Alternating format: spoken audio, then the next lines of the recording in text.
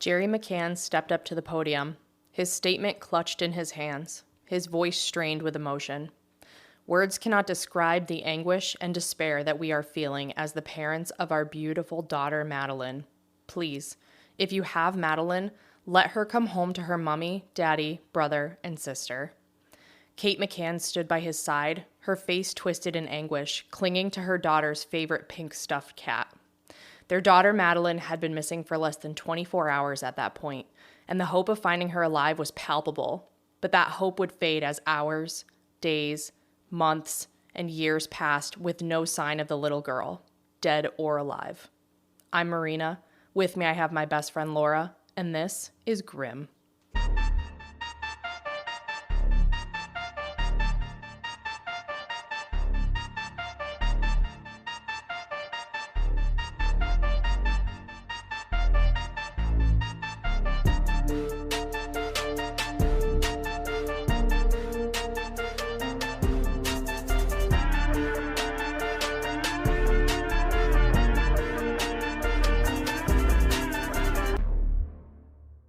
Ooh, we're like a couple of authors here. I know, I'm like a poet and I didn't even know it. That was really engaging. Engaging. Mm-hmm. Was it interesting? I was trying for a different adjective, yes. Today we're talking about the disappearance of Madeleine McCann. Before we start, I want to give a big shout out and thank you to our newest Patreon, my cousin Joshua Z. Woo! Woo, Joshua! We love you, Josh! We love you! Not just because Marina has to, because you're family. Thank you to all of our amazing Patreons, as always. If you guys want your own shout out and want more Grim, like some bonus episodes or some P-bonies, as we like to call them, you can find us at patreon.com and search Grim: a true crime podcast.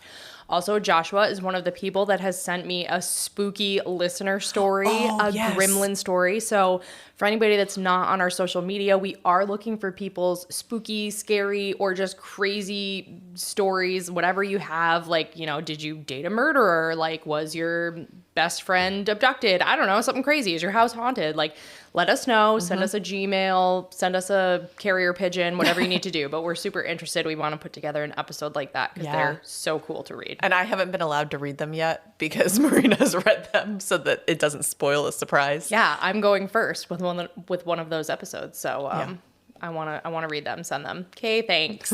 So, Madeleine McCann.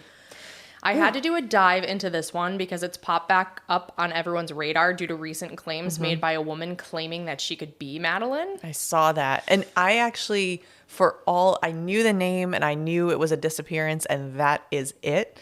So I have held off looking up any articles or anything because I knew you were doing this case. Okay. Well, we're going to talk about her towards the end of the episode. Okay. For this episode, I got most of my information from the Netflix documentary, The Disappearance of Madeleine McCann, and then I just wandered around the interwebs looking at probably a gazillion articles for additional information and tidbits about the case. I also want to start off by saying this case has been talked about so much by so many people and so many media sources. There's been telling, retelling, speculation, downright fabrications. It became hard to figure out where the truth even lies on what's left on the internet. I went with the most often cited information where I could, but I just wanted to highlight that I did, I would find a piece of information and would try to validate it on as many sources as I could. But, so if you go online and you see a variation of what I'm saying or you heard something different somewhere else, I'm not at all surprised. It's just chaos and anarchy out there. Yeah, so. that was my experience researching for Natalee Holloway. Yes. Because there were so many theories and so many questions and not a lot of information from the authorities for that case. Right. That it was hard to tell what was fact or fiction. And then even if something is fiction, if enough articles get a hold of it, it reads like fact and it's really hard to tell the difference, especially if you can't go interview people, and that is unfortunately not within our budget. Right. And the other thing that I noticed too is because this is a European case, it's involving media sources I'm not familiar with. So I could be reading a source from like a well-known bullshit tabloid, but I don't know that because I don't read like UK sources. Yeah. So anything from the Daily Mail? Maybe a few, but I think that's not a good one. Yeah, but I really didn't rely on any single, like that's all good. of the main information came from that documentary, and then the rest I made sure to validate. That's awesome. And in fact, I think it was a Daily Mail article. They included all this information on one piece of this case that nobody else had. And I'm like, I'm going to go with that's wrong because you're the only one that said it. Yeah. But it was tangential anyway, so it's fine. So you were going to include it if it was validated. Maybe. How many pages you got there? I bet you can hear that. That was a brick dropping, in other words, Marina's notes. I also have to acknowledge that maybe you have a longer case now because you can actually write it with like a real keyboard and a real screen, because you would not believe, if you've listened to many of our earlier episodes, Marina would write her notes on her little iPhone screen. I would. Which blew me away. I don't know how, it was insanity. But I do my best work at like 11:30 at night, so that's when I have my phone and not my laptop. Yeah. Anyways, off the rails right from the start. Yeah, so here we go. That's good. It's a good, we have a short case. It's fine. So let me give you some background information on the McCann family and Madeleine. Madeleine Beth McCann was born on May 12th, 2003 to parents Gerry and Kate McCann. Madeleine's twin brother and sister, Sean and Emily, would be born just 2 years later. The McCann family was a wholesome family next door. They were practicing Roman Catholics, and Kate and Gerry had enviable careers as doctors. Kate started out in aesthetics and then moved on to general practice. Gerry started his career in sports medicine and then went into cardiology.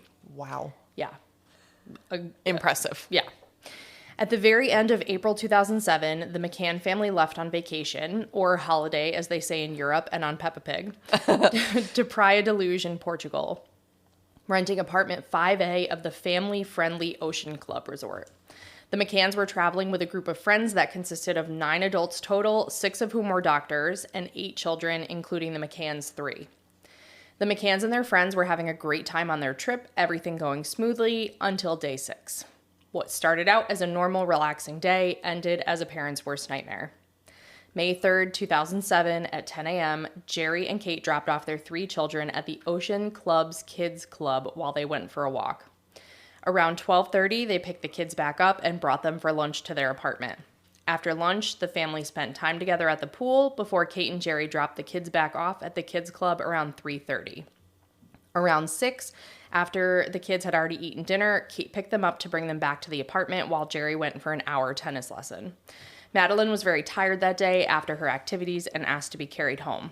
When they returned to the apartment, Kate read Madeleine and the twins a book, and Madeleine was already falling asleep.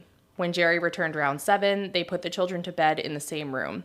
Madeleine was sleeping in a bed that was up against the wall on the left-hand side, right when you walk in the door, and the twins were sleeping in the middle of the room in 2 pack-and-plays.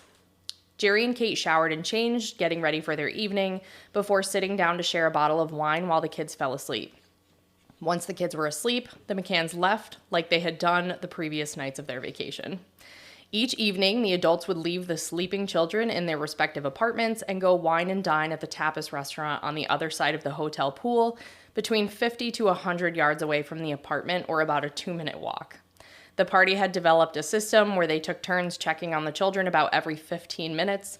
They'd either peek their heads in the room or just listen outside of the windows to make sure none of the kids were awake or crying. And I feel like that I would do that because, no, Marina's shaking her head. To be clear, I don't have children, so maybe that's glaringly obvious. I guess I was thinking like every 15 minutes seems okay. No, okay. Marina's like, you will never babysit my children. I'm not going to parent shame here. No, yeah. To each their own. I would never do this. I mean, maybe if I had a video baby monitor and had eyes on them the whole time, maybe. But I still won't even like walk around the block when my kids are napping because you're leaving them. If there was an emergent situation, like your kid woke up and was choking on something or they got their finger stuck in a tag on one of their stuffed animals, like how long until you're there? You don't know. If you get there and your kid is crying hysterically, you don't know if they've been crying for 1 minute or 15 minutes. Yeah, I think the age is probably important too because... they were like 3 and 1.5? Okay, yeah, that's really young. Because I was thinking when I was, I don't know, 5, 6, somewhere around there. Maybe my dad's probably listening to this, going to tell me I'm completely wrong. But he and my mom, I think, would go to our neighbors. Which, okay, but you're 5 or 6 and you can walk next door or you can operate a phone, right? Yeah, I don't know. 5 or 6? I don't remember being 5 or 6. I don't either. I'm really undereducated in this entire area. Yeah. You can't tell. And they're in a foreign country. That's true. I think with that many, especially with that many people on vacation, the smarter plan would have been every night one couple hangs back. They have sort of a date night and are in charge of the kids in the apartments, and then they can rotate through, and this way the majority of them get to enjoy it. Yeah. Here's the kicker. The hotel offered a babysitting service for $12 an hour. The McCanns decided against it because they didn't want to leave their kids with strangers. Oh, that's so sad. It is sad. Well, because you know what happens. Exactly. But like, are you kidding me? You think it's better to leave them unattended than with somebody that works at the hotel? I can't. Right. You're not like, they're not like paying someone from the street that they just happen to run into, like, hey, do you mind watching our kids? Yeah, like some like random Portuguese gentleman they pulled off the street. Right. It's someone that works for the resort that they're staying at. Oh, that's so sad. Yeah, it's really sad. Around 8:30, the McCanns arrived at the tapas restaurant and got settled in. They were among the first to arrive and would soon be joined by the other adults on vacation with them, the Tapas 7 as they would later be called. At 9:05, Gerry went back to the apartment to check on the children. He didn't need his key since they just left the back patio door open. Oh, dear. There were 2 doors into the apartment, the back patio door and the front door that required a key. Earlier that week, the McCanns had used a key to go in through the front door, but that door was right next to the children's bedroom, so they were afraid that the noise of the lock and door would wake them, so they just started leaving that back patio door open to make it easier to check on them. Oh, dear. When Gerry got inside, he noticed that the children's bedroom door was open about 45 degrees, which is not how they left it. Kate and Gerry usually just left the door slightly cracked. Gerry peeked into the room and saw that Madeleine and the twins were all fast asleep. Closing the door again so that it was just slightly cracked, he went to the bathroom and returned to the restaurant. I already have chills. You're waiting with bated breath for the shoe to drop. Yes. On his way back to the tapas bar at around 9:08, Gerry ran into Jeremy Wilkins, another man on vacation at the resort, and the 2 men stood and talked for a few minutes. Just 2 minutes later, at 9:10, Jane Tanner, one of the tapas 7, was walking up the road to check on her child. Jane saw Gerry and Jeremy talking, but they apparently didn't see her. At the same time, Jane saw a man walking quickly across the top of the road in front of her, walking away from the apartments, headed towards the outer edge of the resort. In his arms was a little girl in pink pajamas with bare feet who looked to be fast asleep, hanging limply in this man's arms. Jane noticed him, but didn't think much of it, given that they were on a resort and it was not uncommon for children to be carried around by their parents. Jane checked on her daughter and then returned to the restaurant. What happened to everyone checking on all the kids? So I think that they said that they sort of checked on each of their kids, and sometimes others volunteered to check on them. We'll get into it. It's not as clear as one would think. No, and their system. Right, and it's exactly. It sounds like it was like, oh yeah, we check on them occasionally. The building's not burning down. It's all set. It's fine. And I think they got to a point where they were exaggerating how often they checked on their children, because who wants to admit that they were just like intermittently checking on their children on vacation when one of them goes missing? Exactly. Right. Exactly. At 9:25, it was Kate's turn to check on the kids. When she got up, one of the tapas 7, Matt Oldfield, said he would go check on the McCann's kids because he was already going to check on his own. There you go. Matt entered the McCann's apartment through the unlocked patio door. He could see some light coming from the room, but the curtains were closed. He didn't notice the curtains moving or any sort of draft blowing in. He noted that the door again was about half open, which is not how Gerry left it, but Matt wouldn't have known that. With the door half open, he could see straight into the room at the twins' pack-and-play and saw them both sleeping peacefully. He didn't peek his head in to check on Madeleine because everything seemed fine and all was quiet except for what may have been the sound of one of the twins rolling over. Matt returned to the restaurant. At 10, Kate got up and went to check on the kids. She entered through the back patio door, as had everyone else, and she too noticed the door to the children's room was open wider than usual, and it was lighter than she expected it to be. As she was walking towards the door, the wind blew and slammed the door shut. She opened the door and saw the twins, but Madeleine's bed was empty, and the window and shutters were wide open. Oh, no. Kate looked around the apartment quickly, initially assuming that Madeleine had gotten up to look for them, but she was nowhere to be found. Kate sprinted back to the tapas restaurant and shouted, "They've taken her, Madeleine's gone," in hysterics. Weird. I'm sure we'll talk about it. Very weird statement. I don't have an answer for you why she would jump right to that. Okay, so on two sides. One, I think it's strange just because I would think like she's missing, or you know what I mean? Something like that. She's gone. I can't find Right. Madeline. Madeline's gone. Yeah. Right.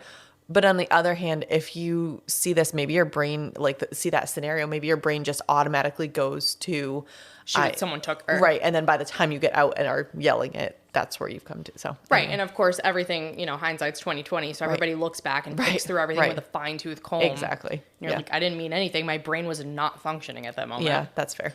So the group ran back to the apartment and began the search for Madeleine. One of Gerry's friends from tennis said she could hear Kate howling and that the parents were absolutely distraught. When Jane heard Madeleine was missing, she said, "Oh my God, I saw a man carrying a girl wearing pajamas like Madeleine." Around 10:15, while the others were searching for Madeleine, Matt's wife Rachel goes down to the 24-hour reception at the bottom of the hill to raise the alarm, and the police were called to the scene. The GNR, which are the small town police patrol unit, were the first to arrive on the scene, and they joined the search for Madeleine, both in the apartment and outside on the resort and in the area surrounding the resort. The scene was not secured at all. Yeah. There were police in and out of Madeleine's bedroom and the other rooms. Doors and cupboards were open and closed. There were about 20 people traipsing through the apartment.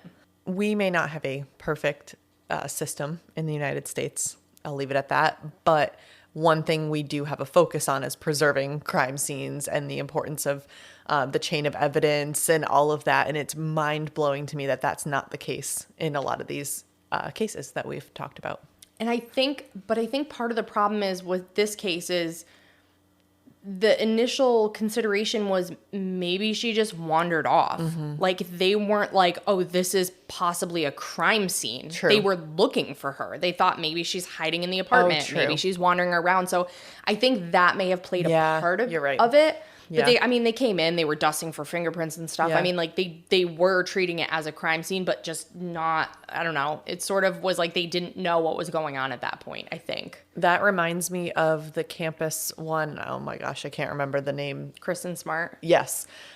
Where same thing in the dorm room. They didn't search everything because they were just looking to see was she missing. Right. And it had been cleaned out by the time they got there. Right. Exactly.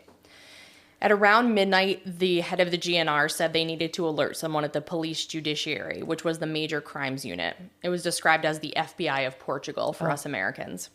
And they stepped in to take over the investigation, which was led by Gonçalvo Amaral, which we're going to talk about that fella a little later.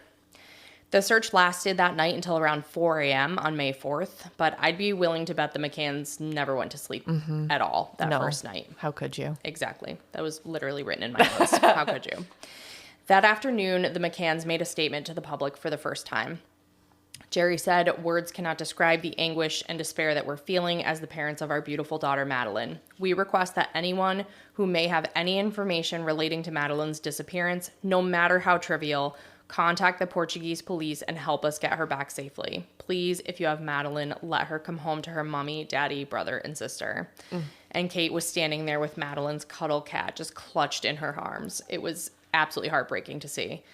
And I can't imagine being these parents. My daughter is 3, and you can actually hear the panic rise in my voice when she gets out of the car and walks around to the other side, and I lose sight of her, and I say her name, and when she doesn't immediately respond, the next time I say her name, you can audibly hear the panic rising in my voice. Absolutely. You get one chance to respond to me, or I'm going in full panic mode. Right. Period. Well, things do happen extremely quickly. Right. And especially in parking lots, I'm just like, please don't wander off into the middle of the road. Like, right. So yeah, panic. I just can't imagine being them. Don't want to. I'm glad you picked this case for yourself. Yeah, it's good times. At the outset of the investigation, the only lead they had was that man that Jane saw carrying the child in pajamas before Madeleine was discovered missing. The police had a sketch of Madeleine's potential kidnapper put together from the description provided by Jane Tanner. But the sketch was an egg shape with a side part. No features drawn in at all. What? I'm not kidding. I'm going to show Laura the photo now. Oh. It is indeed an upside down egg, I would say, with a side part. The only devil's advocate I'll say is at least it doesn't distract if she doesn't know the features. Right. Like I guess that's better than putting out false details. I mean, But I'm not sure. You know how we say about the sketches that if you know the person, you'll recognize it? do you know this person? Yeah, he fell off a wall. I was going to say Humpty Dumpty. We solved it. It's Humpty Dumpty. Perfect. Oh my gosh. Oh, man. Portuguese police showed this photo to locals who laughed in response. Yeah. It reminds me of when I start a story and I'm like, oh, who's that guy? And my husband will be like, oh, the guy, the one with the nose and the mouth. It's like that, except that's not even in this sketch. No nose and no mouth. Yes, just a head. Right. A man with a head. We're not even sure if that's a man, to be honest. No, we're not. You're right. You're right. Yeah. But he has a side part. Yeah. Key details. In the meantime, police are still searching the area surrounding the resort. They alert border guards and airports to watch for Madeleine, and hundreds of volunteers were helping in the search. And just like in other disappearance cases, reports started coming in that people had seen Madeleine. There was a report that she was seen holding a man's hand at a local gas station. A couple on vacation said she had a sad look on her face and asked the man in an accent, "Can I see my mummy now?" That night, the couple saw Madeleine's photograph on the news, and the woman said she was 99.9% certain that that was the sad little girl she had seen. Yikes. The gas station had CCTV, but it had been recorded over already by the time that they got it. I was thinking that because so me and dates, I'm trying to think of when this was, because she was born in 2003 and she was only like 3. So we're at 2006-ish. It's 2007 because 07. she was Yep. born on, I think, like the 7th, and it was May Yep. 3rd. So she was about That's to right. be 4. Yep. May 12th, I think, because I remembered that, but not anything else. But I was thinking, I was wondering if it was late enough. It is May 12th. Mm-hmm. Yeah, thanks. But I was wondering if it was late enough that there were cameras like at the hotel or anything like that. But I feel like you would have mentioned. I would have. Yeah, no, there was no mention of cameras. No. There was another claim that she was seen in a local grocery store with a man, and another person saw her in a car with a man. Every lead was investigated, but nothing ever came of these sightings. On May 14th, 2007, more than 10 days after Madeleine's disappearance, the police had a suspect. The police named Robert Murat as their first arguido, which is their word for prime suspect, basically. Robert Murat lived just 150 yards away from the McCann's vacation apartment in a villa with his mother. When the investigation began, Robert called the Portuguese police and offered his services as an interpreter since he spoke both English and Portuguese fluently, and he felt so badly for this family. The police took him up on his offer. Involved with the investigation, Robert spoke to reporters and asked them questions about the case. But rather than thank Robert for his involvement, the police grew increasingly suspicious of him. They realized that the man that Jane had seen carrying a child was headed in the direction of Robert's villa. I was going to ask that. Yep. Yeah. So they named Robert as a suspect and brought him in for intense, aggressive questioning concerning Madeleine's disappearance. Robert had nothing to tell them that they didn't already know, and he maintained his innocence and said he had nothing to do with it. I wonder if this is one where they had more information and reason to be suspicious, because if it was only because his apartment was in that direction, that's not really excellent evidence. I think they honestly had nothing, so they Wow. were just seeing what would stick to the wall. And I guess the only other thing you can think of is we know that the perpetrator will sometimes be close and insert themselves in the investigation, so fine, but that's a big stretch. I think that was the theory. Yeah. They fair, had yeah. nothing else True. to go on, though, so... I guess if I were the parents, I would want them to investigate everything. So Right. Even I a get it. hunch, I guess. Exactly, yeah. But they even brought in 3 of the Tapas 7 into the interview room with Robert to confront him. And they said that they had seen Robert around the night of Madeleine's disappearance, like accusing him of just being in the area. Well, he lives there. He does live there. And the police had nothing on Robert. I mean, Right. like not even circumstantial evidence. Right. Like they had nothing. They searched his villa, but came up with nothing more than straws to grasp at, if you Yeah. can even call them that. Namely, the fact that the police found that Robert had hired a 22-year-old computer developer named Sergei Malinka to build him a website for his property company. Seems innocent enough. Police thought there was something there when they noticed that there was a call from Robert to Sergei around the time that Madeleine disappeared. Neither Robert nor Sergei could remember the phone call or what was discussed. In fact, I think Sergei thought it was a pocket dial. But it was enough for the police to pick up Sergei, raid his apartment, seize his computers, and interrogate him extensively about Madeleine's disappearance. I take back what I said about the different systems, because they're really doing everything they can. They really and are. then some, and then some. My goodness. Yeah, I don't think we would do that in the U.S. because No. you don't have enough to go on. No. Yeah.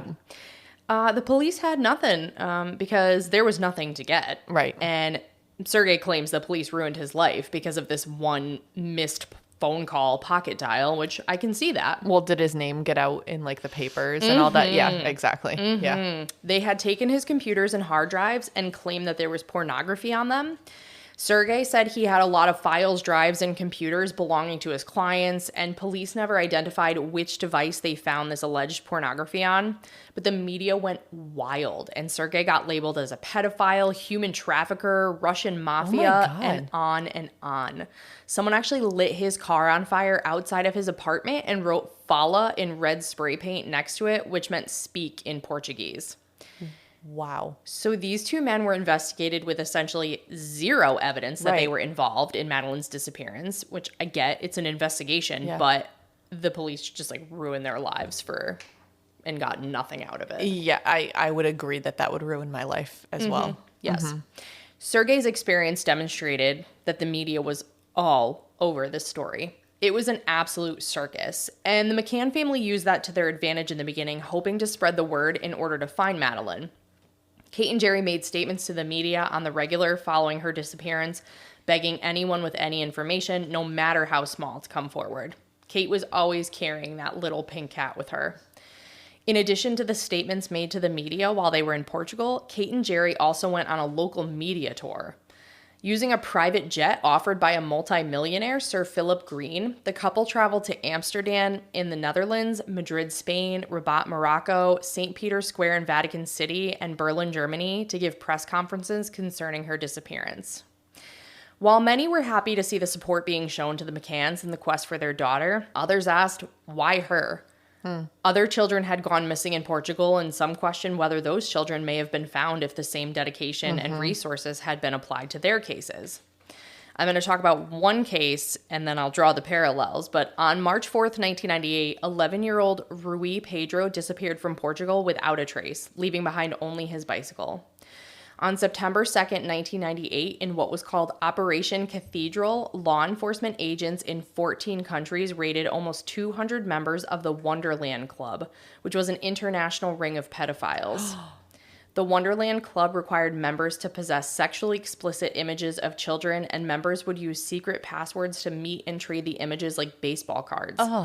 Some of the images even pictured club members molesting their own relatives. Yeah, these are despicable people. There were more than 750,000 images and 1,800 videos recovered during that raid, depicting at least 1,263 unique individuals. Only 17 of those individuals were identified, one of them being Rui Pedro. Even though he was identified in the photos, he was never found. That is so awful. I know. I think of the movie Taken. Like, where do they go? Right. Exactly. Horrifying. So, Rui Pedro's case is discussed in relation to Madeleine's for two reasons. First, to question whether Rui Pedro could have been found if he'd been given the same attention as Madeleine. But second, to question whether Madeleine had been abducted as part of another trafficking ring in the area, like Rui Pedro. While some suspected the involvement of the most sinister circles in the Algarve or surrounding countries, others felt the answers might lie closer to home. At the outset of the investigation, there were no eyebrows raised in the direction of the McCanns having any involvement. But many felt like those closest to a missing child are the most likely suspects and were frustrated that the police had never even pulled on that thread. Well, considering they're pulling real hard on the other threads. Right. And like there were 5 other people or more than that, right? Other people with them on vacation. 7, yeah. Yeah. And I wonder if we'll talk about also the fact that the twins were still there. Why would you take one? I mean, female, the twins were male, right? Boys? Male and female. Oh, so I don't understand. I mean, other than age, why you would take one child and leave the other 2 children. Yeah. I don't have an answer for you. No, that's another one. I'm so sorry. You got 19 pages there. I'm so sorry. Desperate for any answers, the police decided to take a look at Kate and Gerry.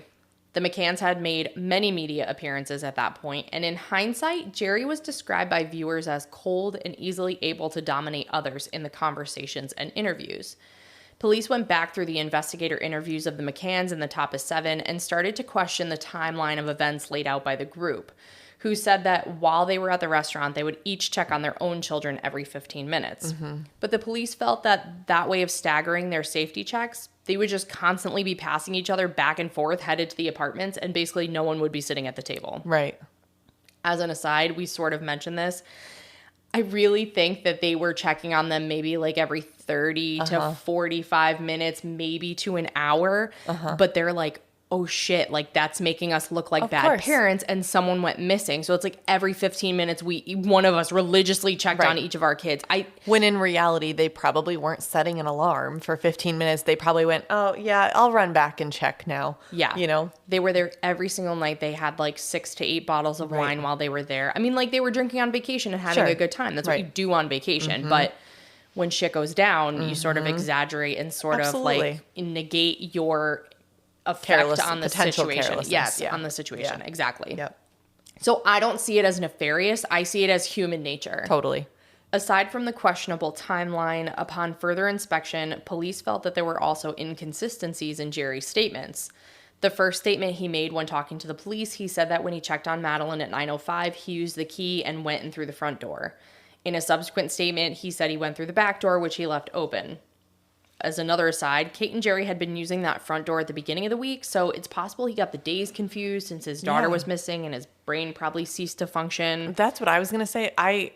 Under not even close to those kind of stressful conditions, I would fail to give any kind of appropriate detail or accurate detail. I know. Like, I don't remember if somebody asked me, oh, did you shut your garage before you put your bag down? Or I don't know. Sometimes I do it one order and then the other order, and I would be caught lying all the time.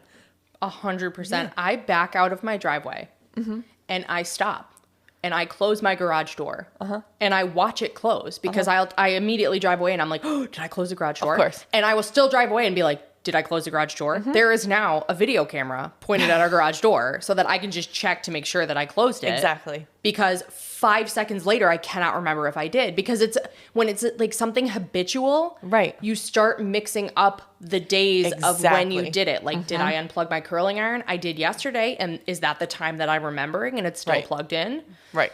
Exactly. So I think, like, again, I don't think any of these are nefarious. I think it's just human nature in these situations. Yep. The police also took issue with Kate's account that the window and shutter in Madeleine's room were open. The open window suggested that an intruder may have broken in through the window and taken her back out that way or through one of the doors. The window and shutter were dusted for fingerprints, but only Kate's were found on the inside. There was apparently no signs of forced entry, and the window was only about 20 inches wide and was 3 feet off the ground. So it would be pretty hard for someone to fit through it, like straight through it. I was also thinking to that point of the days blending together in the scenarios. Maybe they on some days did have the window open and on some days they didn't, and they forgot that they left it open on that day. You know what I mean? Like, I would never remember how open or shut the door was. Maybe that because you're like intentionally closing it.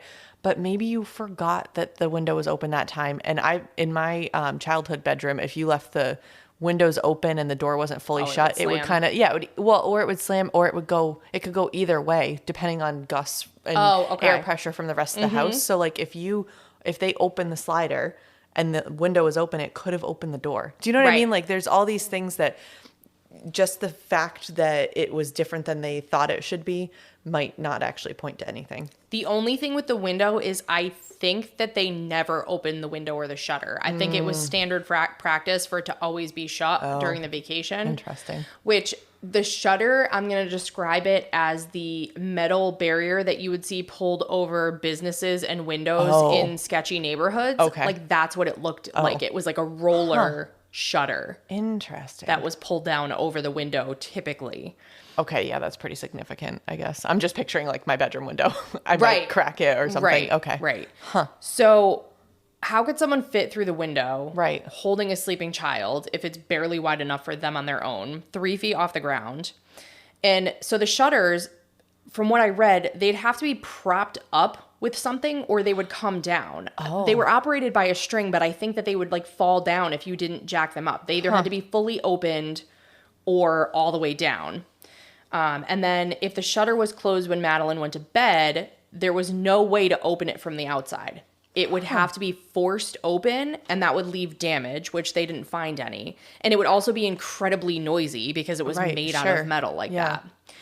Gerry said that he had closed the shutter after he learned that Madeleine had been taken, and the shutter was lowered when the police arrived. But they were just really sketched out about this window situation. All right. They were clinging to it. The inconsistencies weren't enough. So the police tried to develop some physical evidence, which is always helpful. Fair. On July 31st, 2007, they let the dogs out. Who, you may ask? I'm so glad you said it. Handler Martin Grimes brought 2 English Springer Spaniels, Eddie, a cadaver dog, and Keela, a blood dog, to apartment 5A at Praia de Luge. This was almost 3 months after Madeleine's disappearance, and the room had been put back in circulation about 2 months prior. Eddie, the cadaver dog, went first, excitedly entering the apartment, ready to work. He first alerted in the bedroom in which Gerry and Kate had been staying, between the bed and a shelf in a closet. Ew. He then alerted to a spot behind the couch in the living room. Keela, the blood dog, also alerted to the spot behind the couch. Uh-oh. On August 2nd, 2007, the dogs also searched the villa where the McCanns had been staying since Madeleine went missing. Eddie, the cadaver dog, only alerted to one thing: the cuddle cat that Kate had been carrying around everywhere. Oh, no. Oh, that gave me chills. The police didn't stop there. On August 6, 2007, they put together a collection of vehicles in a parking garage. The McCann's rental car, cars of the McCann's acquaintances, and even Robert Murat's car, for a total of 10 vehicles. The handler said he wasn't told whose car was who, so there would be less chance of bias. The cadaver dog alerted to the driver's side door of the McCann's rental car, and Keela alerted to the same car in the right side of the trunk, or the boot of the car, as they called it. Here's the weird thing. The McCanns had not rented that car until 24 to 25 days after Madeleine disappeared. Oh, so many chills, but I have a question. Okay. Do you happen to know how long someone has to be dead for a cadaver dog to alert? Like, do you know what I'm asking? Like, because the car is one thing, that's a whole different story. But in the house, if she wasn't left there, because they searched the whole house. Right. So if it was the same night that she went missing, is that long enough for a cadaver dog to be able to scent? I recall reading in the Kristen Smart episode that a body will start releasing the chemicals that a cadaver dog is smelling within like seconds of death. Oh my God. Oh, wow. But then I also heard something else, that a body needs to sit in a certain position. I want to say it was for like 45 minutes or something like that, in order for it to leave that scent. Okay. Yeah. So like if there was a body, the dog would smell it in the area, but for it to leave the scent. Interesting. I may have exaggerated a little bit. I think maybe it's like 2 minutes instead of 2 seconds, but still, the decomp smell comes out very quickly. Whether or not it stays, I think the body has to sit a little bit longer than that. Yeah, because I guess I was thinking if the dogs had alerted to anything in the apartment, that it would imply that was immediately after, because they searched the whole place. But I guess I don't know. And the timing, the problem with scents like that is there's no time stamp on the scent. Right. So 5 years prior, maybe that's a stretch. Okay, let's say within that year, an 80-year-old couple went on vacation and rented that room, and one of them died on the floor. See, that's a much nicer thing than I was going to say. Perhaps they had some really bad tenants in the apartment after. So, like murdered people. I mean, that too. Who just happened to store some bodies there temporarily. You just never know, especially in this area. This is just not a good area. Apparently not. But no, I get what you're saying. Now let's talk about the car. We'll get there. Because that one, I'm with you. That one's strange. The police collected boxes of the McCann's belongings and brought them to a warehouse. They placed the items along the perimeter of the warehouse and sent in the dogs one at a time. Eddie, the cadaver dog, alerted on one of Kate's blouses, her pants, and a child's t-shirt. Oh, dear. So. Oh, dear. Well, okay, because then I forgot about the cat that it alerted to as well. the stuffed cat. And I was thinking if that wasn't taken with Madeleine's body, then that also had to be fairly recent, like fairly close to her death. Right. And how would they have ended up with it? I don't know. It makes the dogs ruin the whole case for me. I cannot explain it. And dogs are like hips. They don't lie. Well, okay, no. So the handler of the dogs, Martin Grimes, did point out that the dogs don't alert on things that aren't their target scent, but the alerts are not evidence on their own. They're just a tool for the police to find corroborating evidence. Okay. So, I don't like that. No, but that's just one Yep. thing. So Okay. forensic evidence was compiled from the areas in which the dogs alerted, and it was sent to a lab for analysis. It was at this point that the police judiciary felt like they might not be dealing with a missing persons case. The McCanns were brought in for questioning, the police trying to make sense of the hits by the cadaver and blood dog. The McCanns had no answers for them. Gerry answered all the questions. Kate declined to answer almost 50 questions over the course of an 11-hour interview. Ugh. Which is just, I mean, they had the stamina. Yeah. The police judiciary had stamina. Did you want to talk about the car before we move on? Yes, I did. Because I was stuck for a moment on the apartment and the timing of cadaver dogs, but you said that they alerted in the rental car and that had been rented almost a month after Madeleine went. So I guess the implication is that they moved, if it's accurate, that they moved her body or something afterwards, because obviously that was not from the night of her disappearance. Correct. And then I also was thinking about just the timing was really bothering me on where the items were and where the dogs alerted. So you would have Madeleine would have, if she had been killed, would have had to have been killed in the apartment. Yeah. Because her body was there. Well, I guess you could have taken her out, killed her, and then brought her back in and then brought her back out. But who has the time? Right, exactly. You got to get back to dinner. There was a small window. Yeah. There was a very small window of time. Yes. Yeah. Huh. And there was not blood everywhere. I'm sure they were testing for that. So. Right. And keep in mind with the theory that the McCanns were moving her in this car, the media were all over them. I mean, the video clips of it, the villa that they were staying, there was like a gate, and the police would like stand at the gate and would have to open it to let them out of their car, and the cops and the media would just be taking pictures of their car and the kids in the back seat, and like they were all like, when are they moving her? Yeah. Where are they moving her? They're in a foreign country. This is not their country. Like, when did they come up with this plan? No, that's a great point. That's a great point. Like, who has the time? Like, when did they do this? Yeah. Oh, that's perplexing. It's very perplexing. On September 3rd, the forensic lab sent an email to police that the blood sample taken from the boot of the McCann's vehicle contained 15 out of 19 of Madeleine's DNA components, which sounds damning. But the results were too complex for meaningful interpretation. There were at least 3 contributors to the sample, maybe even up to 5. And without samples from the other contributors to sort of eliminate some of the markers, the result was essentially meaningless. I remember I went into depth understanding that distinction back in I think our 3rd Peabody episode. So go check it out with Gertrude Ochenkowski. Oh. I won't give away why I was looking into DNA or what I found, but if you would like to have a brief dissertation on DNA, please check that out. Yeah. But that was one of the challenges if there are other contributors, it's often you're looking for like spikes in relation. And if you don't have enough to rule it out, it's not enough evidence or not they can't concrete enough. Yeah, they can't come to conclusive opinions based on the evidence. And that's important too in this case because that car was being used by Kate and Gerry. Kate and Gerry are Madeleine's parents.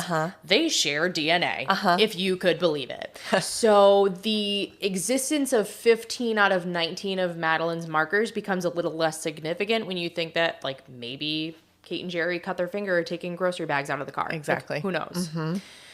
So the police didn't have the full forensic report available, but a summary of the report was translated from Portuguese to English. In true circus fashion, the police leaked it to the press. And the summary just happened to not include the piece that indicated that the result was essentially meaningless. The media went wild, reporting that there was an 80% match from the blood in the rental car and that they expected that the full report would confirm the blood in the car belonged to Madeleine. Wow. So that was not the Portuguese media. That was right, because it was in Portuguese. So if it was Portuguese media, they would have been able to read the whole report. It was all of the media, which I don't think the report was made public. The only thing that was made public was this translated email that was leaked. Oh, that's awful. It is. And now all eyes are on Kate and Gerry. Right. Sure. And I'm so sorry, but that's where we're going to stop for this episode. No. Wait, but so we know that they're probably not guilty at all. And certainly that the tests are not indicating that, but we're not going to. Right. We're not going to talk about that. Not next episode. We will. No. Yeah. We're going to talk about it next episode. You know, what the ultimate DNA results were and what happened with the investigation into Kate and Gerry. And then we've got some other little interesting tidbits to talk about. But so I did tell someone that I didn't think this was going to be a 2-part episode, but I ended up with 19 pages and it's a lot. So I'm going to split it up so that you guys have, time to digest it and really prepare yourselves. Yes. For part 2. Okay, fine. If you're enjoying listening to Grimm, I'm not. Please rate and follow us wherever you listen to podcasts to make sure you don't miss any episodes. If you listen to us on Apple Podcasts, make our day by leaving us a written review. You can find our page on Facebook by searching Grimm, a true crime podcast. If you want to subscribe to our Patreon, you can go to Patreon and search Grimm, a true crime podcast. Follow us on Instagram at Grimm Crime Podcast for information on future episodes and case photos. If you want to send us a case suggestion or just say hi, you can email us at grimmcrimepodcast@gmail.com. Listen, learn, and stay alive until next time, because the future is grim.